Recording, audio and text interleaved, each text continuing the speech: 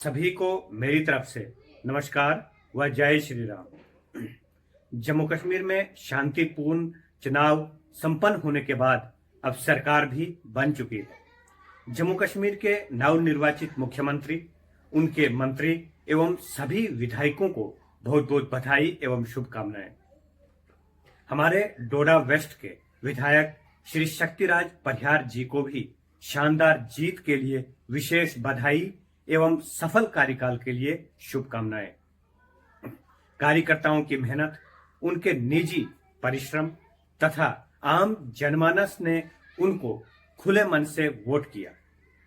आज मेरा आपके साथ बात करने का उद्देश्य यह है कि आप सबने देखा होगा कि चुनाव से पहले ही मेरे विरुद्ध में बहुत सारी बातें चलाई गई, जो आप सभी ने सोशल मीडिया के माध्यम से देखी होंगी। चुनाव संपन्न होने के बाद और नतीजे आने तक कई लोगों ने ये बातें चलाई कि रामप्रसाद ठाकुर ने बीजेपी के विरोध में वोट करवाए, परंतु जैसे ही नतीजे सामने आए तो ऐसे पोलिंग बूथों से भी बीजेपी को पूरे वोट मिले जहां से हम वोट कम करा सकते थे। ऐसे लोगों का उद्देश्य था कि हम रामप्रसाद को बदनाम करें, जिससे वो पार्टी से बाहर निकाला जाए।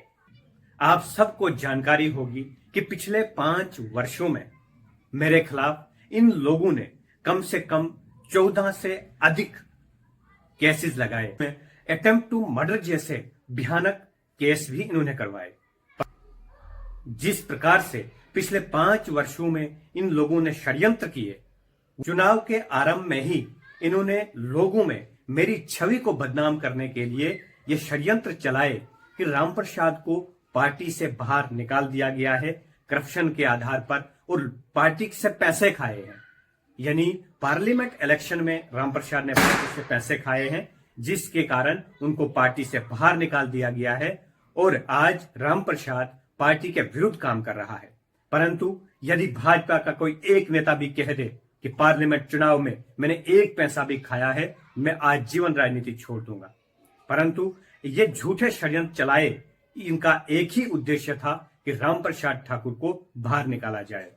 हमने हालात को देखकर कि लोगों में कोई ऐसी चीज, ऐसी घटना ना जाए जिससे भाजपा को नुकसान हो, हमने अंदरूनी स्तर पर काम किया और अपने लोगों को भाजपा के पक्ष में वोट देने के लिए कहा, जिसका परिणाम यह हुआ कि हमारे निजी गांव देसा में ही जिस प्रकार पिछले कई वर्षों से भाजपा को लोग वोट देते आए हैं, उसी प्रकार इस वर्ष भी लोगों ने बढ़ चढ़कर भाजपा के पक्ष में वोट किया।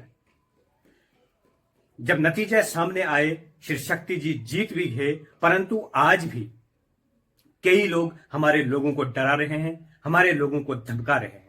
मैं ये सारी चीजें यहां पर नहीं कहना चाहता था, परंतु श्री शक्ति जी के जीतने के बाद उन लोगों ने हमारे लोगों को परेशान करना शुरू कर दिया। मैं श्री शक्ति जी से निवेदन करता हूं कि जिन लोगों ने आपको वोट दिया है, यदि उन्हीं लोगों को आपकी पावर का दुरुपयोग करके परेशान किया जाए तो वो लोग कहां जाएंगे। उन लोगों का उद्देश्य था कि रामप्रसाद को पार्टी से निकाला जाए। आप मुझे पार्टी से निकाल दीजिए, परंतु मेरे लोगों को परेशान करने वाले लोगों को समझा दीजिए।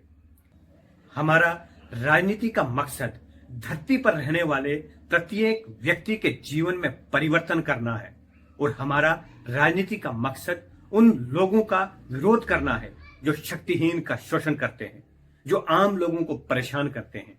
आज हमारे विरुद्ध वो लोग भी षड्यंत्र कर रहे हैं जिन लोगों को कभी हमने बनाया था, और उनको बनाने में हमारा सहयोग था, और हमें विश्वास है कि अब आने वाले समय में वो लोग कभी हमारे पास वोट मांगने नहीं आएंगे। इसलिए अंत में मैं निवेदन करता हूं कि आप अपने कार्यकर्ताओं को या अपने ऐसे लोगों को समझा दीजिए कि आप उन लोगों को परेशान मत कीजिए जिन लोगों ने आपको वोट दिया है। ऐसे लोगों को यह अधिकार नहीं है कि वो गांव में जाकर लोगों को धमकाएं कि आपने वहां वोट दिया, आपने वहां वोट दिया। लोगों को अपना अधिकार है कि वो वोट किसके पक्ष में देंगे, परंतु इस प्रकार के षड्यंत्र, इस प्रकार के जो लोगों को परेशान करने का जो काम किया जा रहा है वो बहुत ही अफसोस है। इसलिए मेरा अंत में अपने पार्टी के नेताओं से भी, श्री शक्ति जी से भी और जिला के जो अधिकारी हैं उनसे भी निवेदन है कि यदि आप मुझे पार्टी से निकालना चाहते हैं तो आप मुझे निकाल दीजिए, परंतु लोगों को परेशान ना कीजिए। यही कहते हुए आप सभी का धन्यवाद। जय हिंद, जय भारत।